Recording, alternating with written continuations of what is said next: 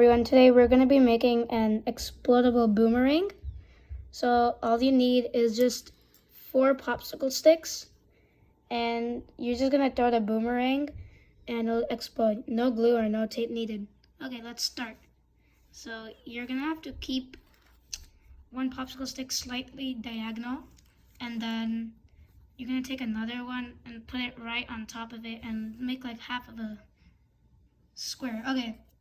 Then we're gonna keep this right on top of these 2 popsicle sticks. So make a triangle. And the last one, you're gonna have to hold these 2 sides tightly.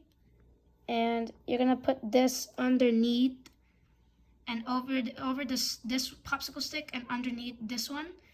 And you're gonna have to put this open, and the last popsicle stick has to go underneath it. And you get a explodable boomerang. So I'm gonna throw this boomerang right to the wall and show you that it explodes. 3, 2, 1.